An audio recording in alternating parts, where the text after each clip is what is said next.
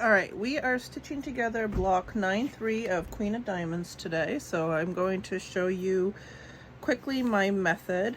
When I stitch these particular blocks together, I do try to create shapes, if that makes sense. So I want to stitch these like that's a half hexie, that's a half hexie. This is kind of a half hexie, except that piece is bigger because it's going to get cut off eventually. This is what it's going to look like in the quilt. So I want to stitch those all together like that so that it makes my life a little easier when I am ultimately stitching the entire quilt together. So this is where I'm going to start. This is kind of down one edge of the quilt. So you can see it goes all the way down this way. Those are all the individual pieces. And then we will set in these triangles, and once these are set in, then I'm going to slowly stitch the nice complicated pattern in. So that'll kind of be the method that I use. So we will get started on stitching these ones and see where we go from there. Oh, and I always match my thread. I'm using a light green. My other option was a brighter green, but I feel like that's a little bit too bright. So we're going with the light green to match. I got all the threads with the kit. I did the kit and the thread together, so I have all the matching threads. So that's what I'm going to use for this block.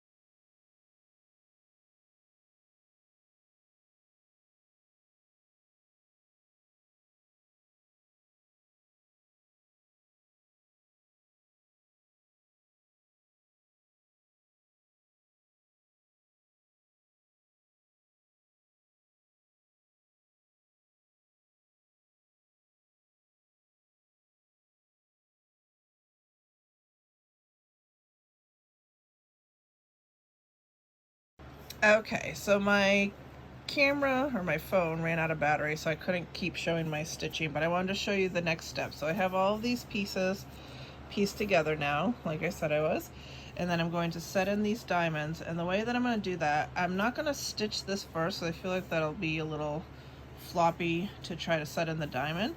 So what I'm going to do is actually stitch this diamond to this, then stitch here. So basically I'm going to go down here and then down, and then I will go the next one here and then down the next diamond, and then hopefully I have enough thread to go down again, and then just keep moving my way down, and that'll set them in without making this a little too unwieldy to control. And then after we do that, we'll set in the last pieces, and I'll show you that step. So the next step is to sew in these fussy cut pieces. So I have this whole edge sewn all together the way that I showed a little earlier, and what we're going to do is just sew in each piece. So I'm not going to sew this as one piece and then try to sew it in, because it'll be a little hard to maneuver. So what we'll do is we'll flip this over, we'll sew this side, and then once that's done we'll do that. And so I'll go this way, this way, this way, cut my thread, and then up and then down. And so we'll sew in each one that way, which will make it a little easier to maneuver and not have to fold quite as much. So we'll go ahead and do that, and then we'll show you the results at the end. I just wanted to show this in progress to kind of give you the idea of what I meant by piecing in each piece. So I could have easily sewn these all together and then piece them in as one, but that means you're having to flip this whole big chunky piece this way, that way as you're putting it in.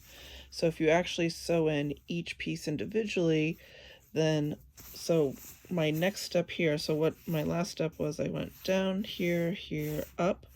So my next step is going to be to do this, which I will have to flip this whole thing down, so it's a little bulky, but that's fine.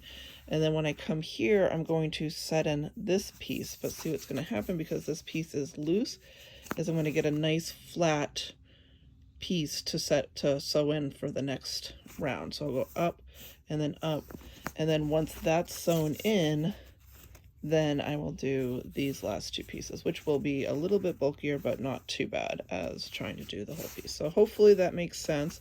So just do it in stages and it'll all come together nicely for you. So I will finish these pieces up and then show you the finished piece. And I am done, yay! So this is all put together now. We are done this block. I think I matched up this one was off even when I cut it, so that one, but from far away you really can't tell too much.